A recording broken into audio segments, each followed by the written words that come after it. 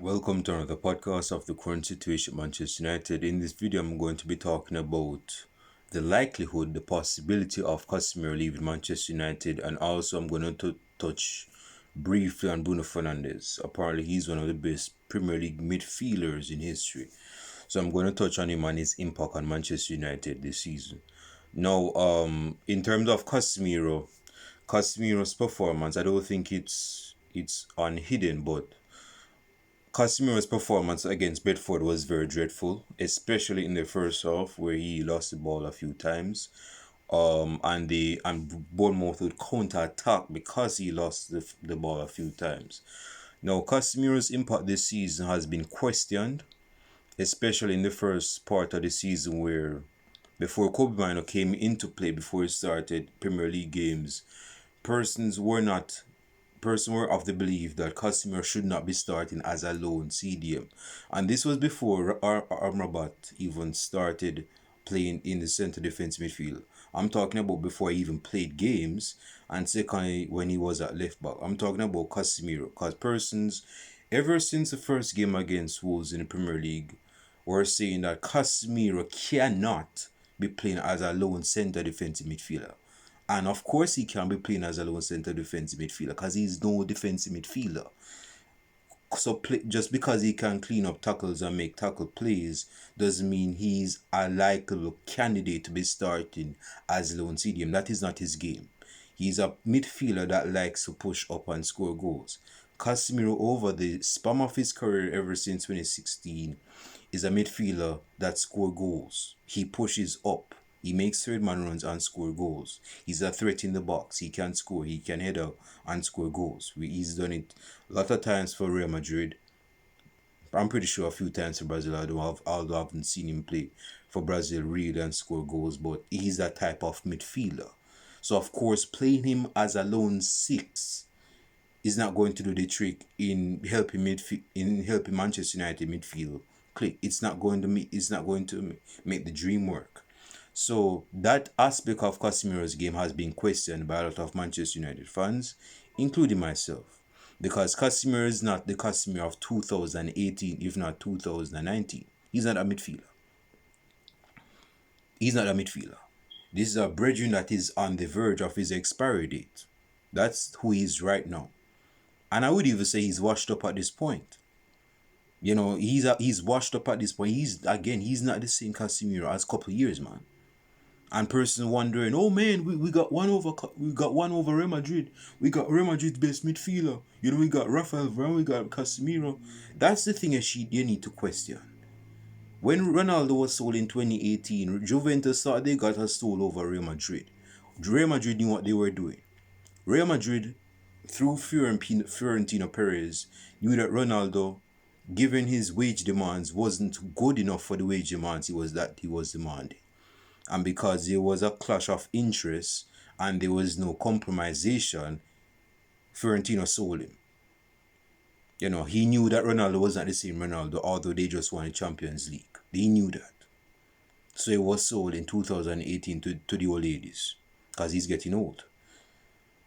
Rafael Varane in 2021, we got Rafael, we bought Rafael. Person was saying, oh, we got Rafael Varane from Real Madrid. Top best centre back at Real Madrid post Sergio Ramos. Oh man, we get us. Oh man, defense is gonna fix up. They knew that Rafael Varane is not the Rafael Varane of 2016, 2018, or 2019. This is a washed up Varane. Yes, washed up.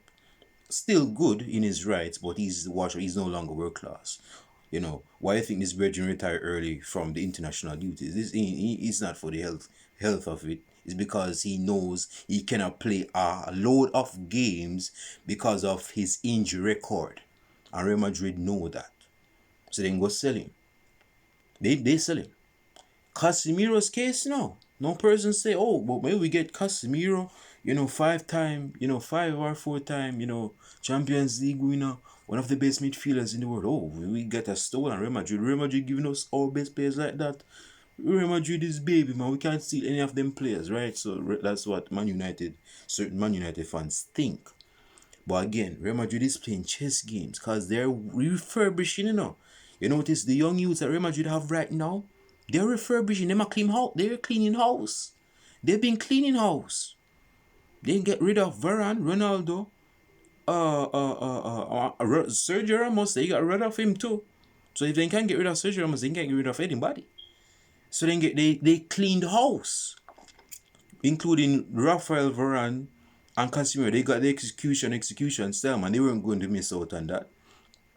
And we go get Casemiro and Varane. Now with Casemiro for almost the 2 seasons that he's been here hasn't he was a very good midfielder for us last season. Let us not deny that. He's one of the reasons why we won the Capital One Cup. Although it's nothing to brag about. You know, he's not really nothing to brag about. He was influential in us winning that. This season is not the same Casemiro. And that is due to the age that he's at, and because of the age that he's at, and given the league that he's playing in right now and the intensity that it bestows in the country, he's not going to be catching up to that. He's at the age where he can be playing full 90 minutes. Although, I won't be a hypocrite, although I said in my game that when Casemiro is playing, he should play out the 90 minutes if he's playing better, because we need that experience to see our games. We have been conceding late goals lately, and we have conceded that against Bournemouth. So I guess that's nothing new. We concede late against Chelsea. We concede late against Liverpool. We will concede late against Bournemouth. It's been an ongoing trend that needs to be stopped. But see, at the same time, with Casemiro, you cannot be playing him every game. He's not the same player that he was. He's not the same player that he was. You know, his performance, persons love the name Casemiro. Oh, Casemiro, the great Casemiro from Real Madrid. The great defensive midfielder, although he's not a defensive midfielder. The great defensive midfielder of Real Madrid, his name Casemiro. He's not the same player, man. And that is proven by his performances this season. I've seen Casemiro get cut in two, man. Just like he's like per players, average players, past this guy. And yes, I've been one of the fans that have been cutting Casemiro slack, saying that he needs a supporting system in the midfield until Kobe Mino start coming in the midfield, starting consistently, and Amrabat having his cameos as center defensive midfield, which don't make really much difference, because this Bridging is woeful at defense midfield. This Bridging go win one tackle in the World Cup and go fool the whole fan base of Manchester United, think that he was like the problem solver to our midfield. And he's no problem solver to our midfield. He's one of the reasons where we concede them who was it against? I forgot. We go concede a late goal. Was it Liverpool at home? I can't remember who it was. But this Bridging got the ball on the half turn, a last possession, and we go score from it. He's slow in midfield. I'm talking about Amrabat. I'm not talking about because he's slow in midfield. So we thought that he was going to solve the midfield position, which he didn't. He's slow on the turn. He's slow in midfield with his back turn to goal.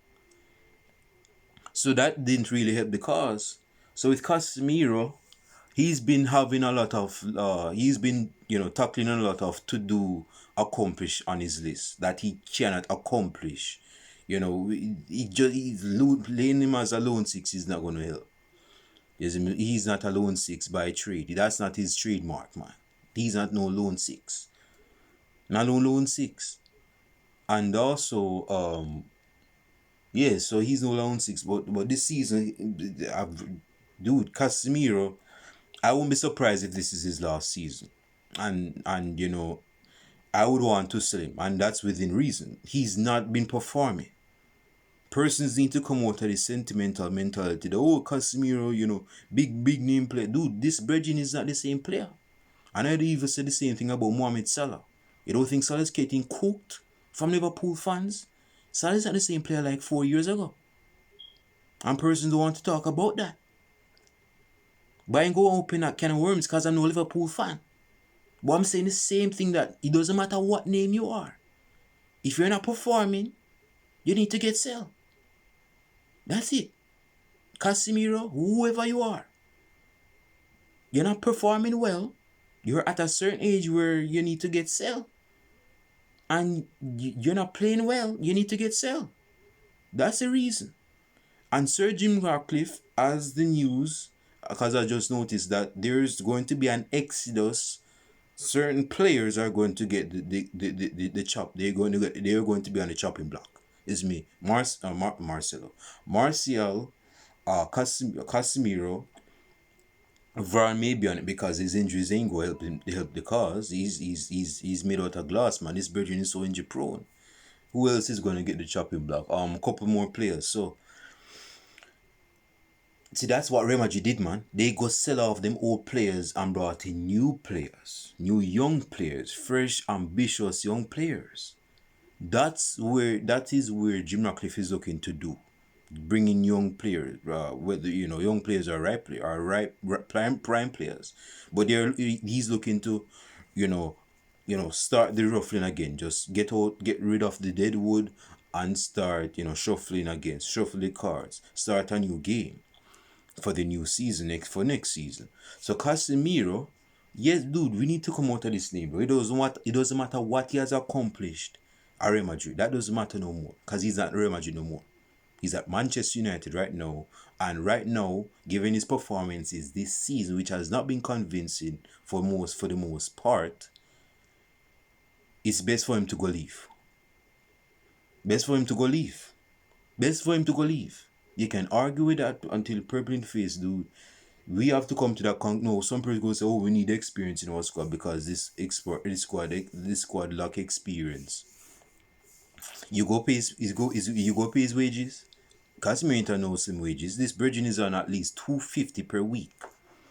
250 if not close to 300 per week. So if you go just keep this Virgin because of experience, this Virgin have to go to get a pay cut. If he's not going to get no pay cut, he needs to leave. He needs to leave. If he's not going to get no pay cut, if he's not willing to compromise and get no pay cut, wanting to keep experience can lead so far, dude. Real Madrid, not to keep them in the conversation, but using them as reference, them have Modric off of the bench for experience, but Modric can still control a midfield even in his old days, man. This guy is what, 36, 37, and can still control a midfield. Same thing with Kroos. Casemiro is not at that build right now, and he's never going to get out of that build. Now some person go say, well, it's due to the poor system that Manchester United has implemented. Because I'm pretty sure if Casemiro was in a proper system that suit him, he wouldn't have been playing this poor. Maybe that's the case, but I'm going off for right now, man. Right now at Manchester United under Eric Ten Hag, and the likelihood of Eric Ten Hag staying at Manchester United for next season, which I don't condone, but hey, I'm no Jim Ratcliffe, so I do have the power and influence to start this bridging. But if he stays here, which is likely the case, Casemiro cannot stay. He can't. So he needs to get sell. He needs to go get sell. I know I've some person go disagree. If you disagree, leave your comments down below in the comment section. Like and subscribe to this channel if you have watched up until this point. Say, man, Casemiro, hey man, he's on death row right now, isn't me? And in the summer he's going to get the chopping block. You have to just expect it. You have to just be prepared mentally that he's going to get the chopping block, man. He's not going to miss out on the chopping block. He's going to get it, along with certain players. I'm pretty sure Martial has played his last game for Manchester United if he's not going to play no game this season. If he's not going to play no games this season, he's still in the recuperating process. Isn't me? So with Casemiro, man, in wrapping up this segment, I would say Casemiro, given that he has not played convincingly well this season, it's best for him to move on. It's best for him to move on. Fresh from we start fresh. Yeah.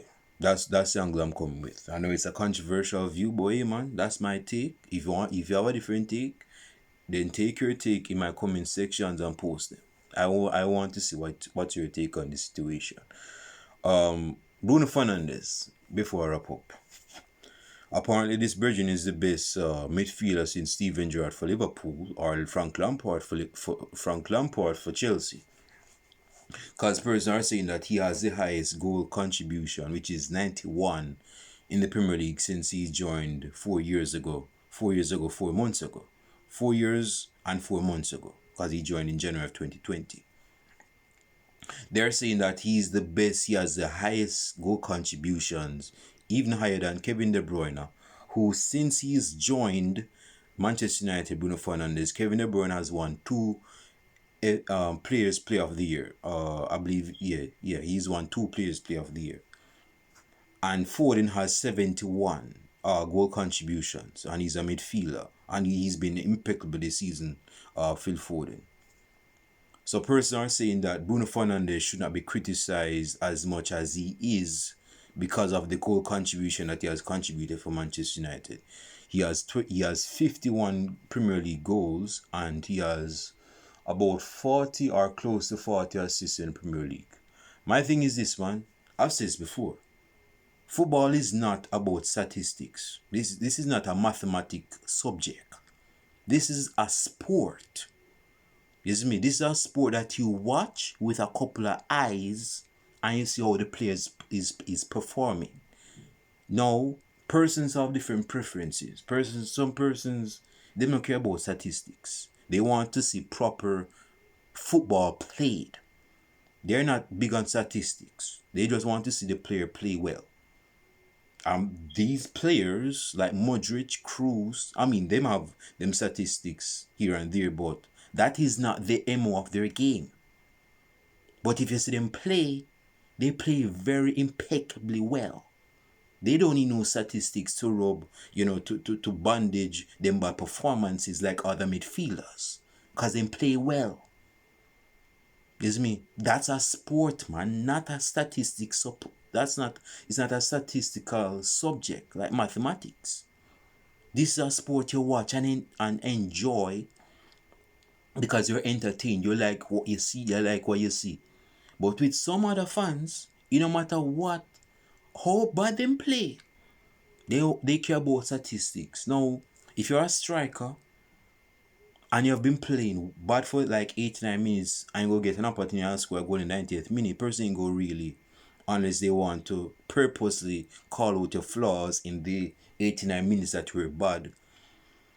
But for strikers, it's somewhat different because strikers are all about goals, and goals is statistics. They don't care about assists really, although certain strikers add statistics to their game. They like to link play and etc.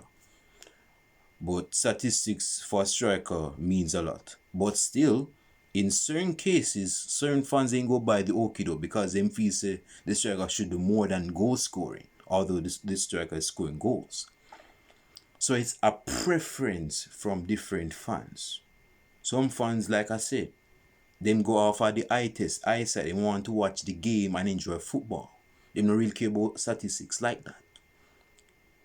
On the other hand, them no care how them play. They're like a means to an end. Them no care about how them get there. It's that they get there. They just want this striker or whoever to add statistics to make it look like them do good. So me saying this right now is me getting to Bruno Fernandes. As much statistics as Bruno Fernandes had for the 4 years he's been at Manchester United, he's been woeful. He's been woeful. And I don't think that is common new knowledge on football. Everybody knows that Bruno Fernandes is not on the level of Kevin De Bruyne. Kevin De Bruyne doesn't need statistics to play well. Although in certain cases, persons are saying that Kevin De Bruyne is a statistical merchant. No. Kevin De Bruyne is a proper midfielder that doesn't need statistics to allow him to play well. He'll even get statistics, Kevin De Bruyne, because that's his game. The thing with Bruno, man, Bruno Fernandes cannot control a midfield. You watch how this guy plays in our games. He overpasses the ball into the crowd. The crowd ain't on the football pitch. What are you giving the crowd the football for? You play the football to the players on the football pitch. But this virgin is pinging balls into the crowd, taking shots into the crowd. We're not playing cricket, man. What's with these sixes, man? We're not playing no cricket. Play the ball on the football pitch. He's making simple passes look complex. And for a captain, he's not making the decisive decisions. Captain, this is captain. No, I'll say this. I won't be a hypocrite. 4 years ago, I said that I wanted Bruno Fernandes to be our captain, given the situation that we're in, given the players that we had at the time. Out of the bunch that we had, I wanted Bruno Fernandes to be our captain. That then, I said that in October of 2020, almost 4 years ago, 3 years and some months. But yeah, but if you see how the bridging plays on the football field, I don't care about statistics like that, man. Yes, it's good that he has statistics. Okay, good. In his first full season, he scored 29, if not 27 goals, beating Frank Lampard's goal scoring record for midfield in the Premier League. Okay, cool, good. But still, man, some of them quality goals, man, wasn't quality, man. I'm not hating on the guy, but if you see, go check out the 2020 check out the 2020-21 season where we go score them 27 goals. Empty stadium, bad, certain goals were bad. Some of them were ricocheted, deflected, and most of them, some of them were penalties, man. I ain't saying that this bridging is the second coming to Frank Lampard. No, Frank Lampard took a lot of penalties, I'll say that, but this bridging is not on Lampard's level. He's just not on Frank Lampard. So he could beat every record of Frank Lampard, he's not Lampard. So the fact is this: Bruno Fernandes for Manchester United, yes, he's contributed statistics. He's statistically one of the best midfielders in the Premier League.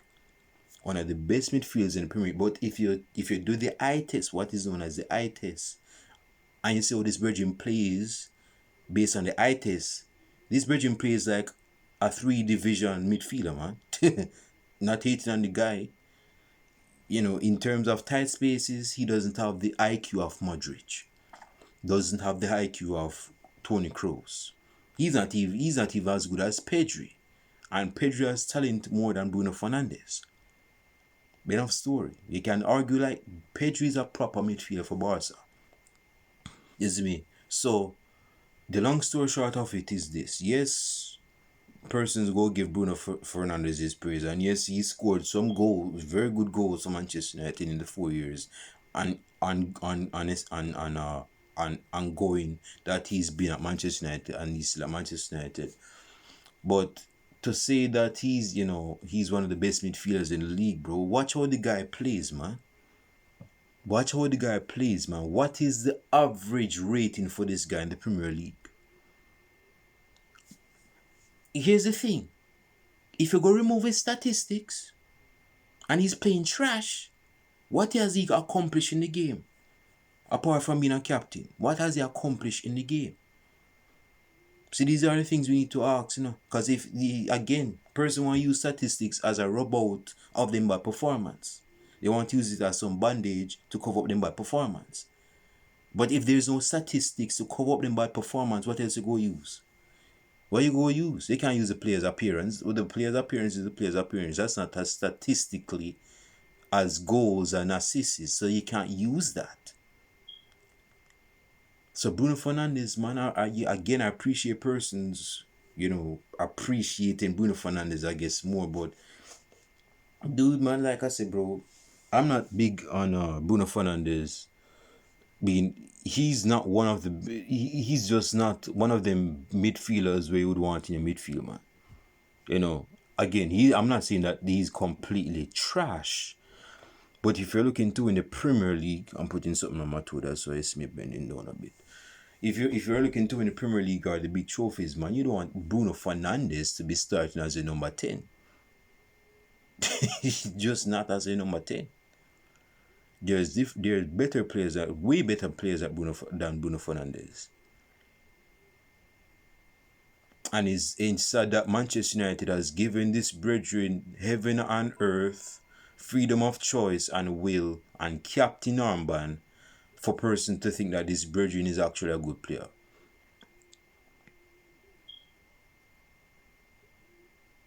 He's not that much of a good player, man. That's just enough.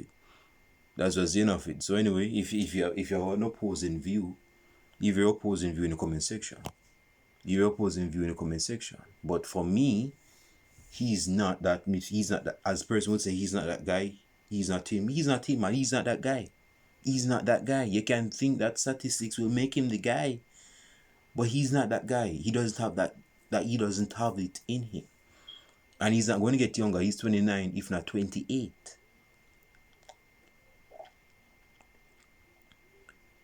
Ask yourself this question: would Bruno Fernandes, if Bruno Fernandes wasn't at Manchester United right now, would Real Madrid be in the go for him? Would they go for Bruno Fernandes in the transfer market? Because Real Madrid goes for the best players. They go for the best players. And if Real Madrid ain't going for that bridging, that tells you a lot. That he is not the typical top echelon type midfielder. He's not. Real Madrid ain't go. Real Madrid weren't even in for him when he was at Sporting Lisbon scoring over 30 goals per season as some attacking midfielder. They weren't convinced, man.